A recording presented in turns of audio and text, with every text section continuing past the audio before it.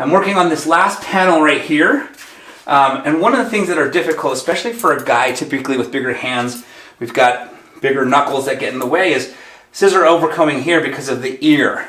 My knuckles can't come into this position because individual people have ears. And so one of the things that you can do is go from this to this. Just kind of turn your hand upside down, and that'll allow you to scissor overcomb this hairline here without having to worry about bumping into the ear and accidentally clipping it or cutting it. And then once you come above the ear, then you can go back into your normal scissor overcomb position.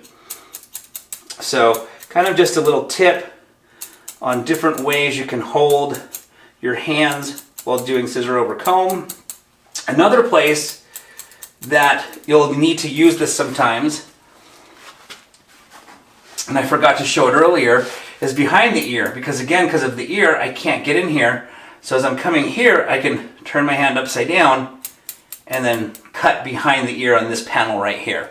So don't be afraid to turn your hand upside down, maneuver it however you need to be able to fit and get into the position that you're going to need to get into to be able to scissor overcomb.